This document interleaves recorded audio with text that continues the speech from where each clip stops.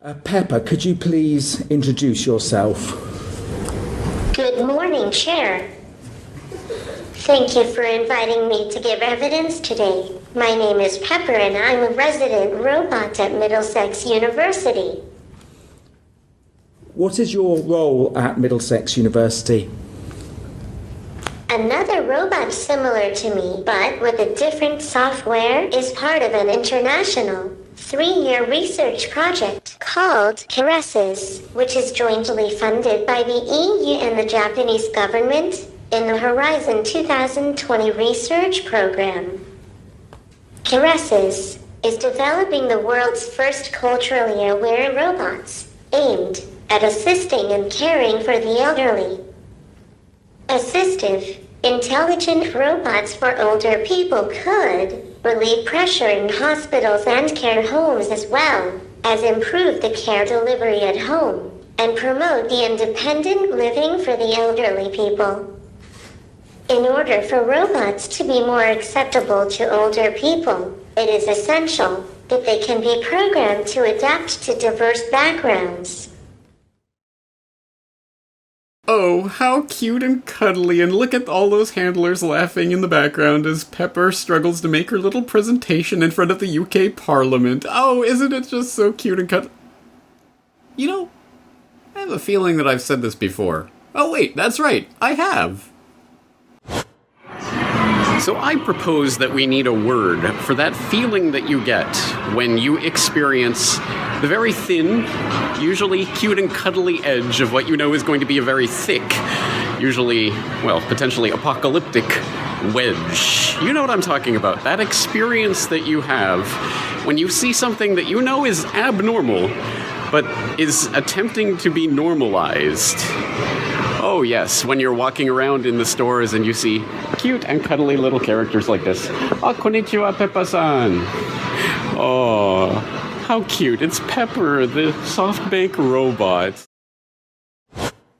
Yes, that's right. As usual, Corbett Report listeners and viewers are ahead of the trend, and if you were watching my video last year on We Need a Word for This, you will have seen the normalization, the attempted normalization of cute little Pepper the robot, who's going to be a helper in various ways, helping you around the mall here in Japan, or helping you take care of the elderly patients in the UK via Middlesex University and the Japanese government and UK government and SoftBank. I don't know what unholy stew is cooking in that cauldron, but I don't want any sup of that particular potent potion, do you?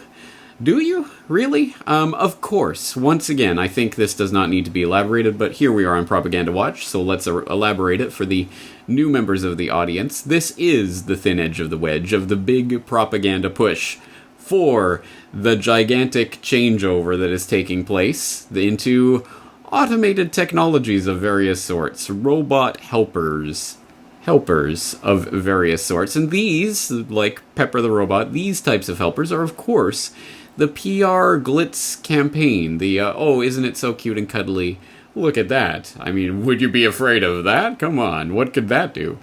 Whereas, of course, there are other developments in the realm of robots and automation that are much more worrying, that perhaps this is meant to distract us from, like Boston Dynamics. Remember Boston Dynamics? People might remember a few years ago when that video of Big Dog was released, that creepy video of the robotic dog that was running around on the ice and up hills and things, and it was inherently creepy. It was immediately seen as such, and all over the web there were stories and people talking about how creepy this thing is from this company called Boston Dynamics. Who are they? Where do they come from? Oh, that's right, they come from MIT. Hello, MIT. And, oh, they just happen to have, U.S. military funding from DARPA. Hello, DARPA, hello. But don't worry about that, guys. And then, oh yeah, they were bought out by Google. Google, hello. But don't worry, now they're SoftBank. SoftBank, wait, they're the ones who make Pepper as well. So it's, oh, they have these creepy robot dogs that are gonna be the attack police dogs of the future.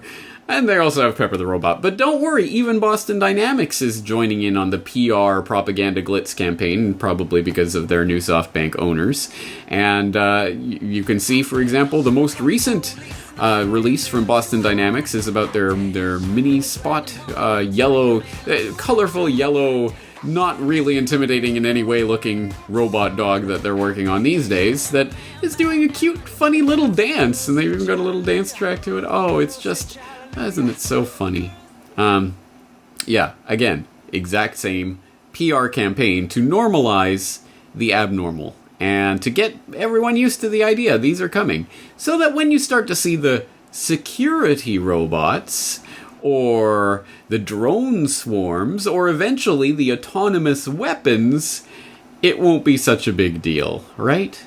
For people who don't know about the autonomous weapons and how that is going to revolutionize the concept of warfare, whether that be international big-scale warfare, domestic warfare, urban-scale warfare, quelling civil dissent, however that be interpreted, you can check out an editorial that I wrote recently on why Uncle Sam doesn't need you anymore, that goes into the darker side of this subject that they're trying to keep light. And the UK government and Parliament is humouring these companies, like SoftBank, by promoting, this is nothing more than an advertisement for Middlesex University and for SoftBank and for all the players involved here. And, of course, again, this is just the shiny, glittery stuff they put in front of you to make you laugh and warm the cockles of your heart.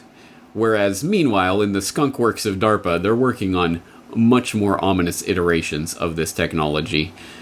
Again, anyone who's a regular listener or viewer of this program will not need to much elaboration on that point. But while I'm at it, I should note that obviously, I'm sure you've seen, there's been a little bit of a slowdown in work that's being published to CorbettReport.com in recent weeks, and that will continue as I'm working on a very large project. Regular listeners and viewers know when I go quiet, it means that there is something coming, and there is something coming that you can look forward to in the near future. But in the meantime, if you are looking for something to occupy your mind in a Corbett Reportian manner, I am, as we speak,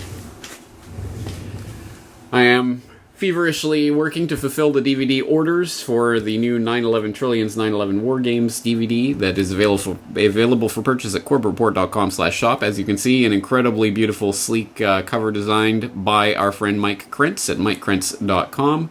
Thank you, Mike, for that. And I'm getting these orders out as they're coming in. So please do get your order in if you are interested. Once again, 9/11 Trillions 9/11 War Games available on DVD.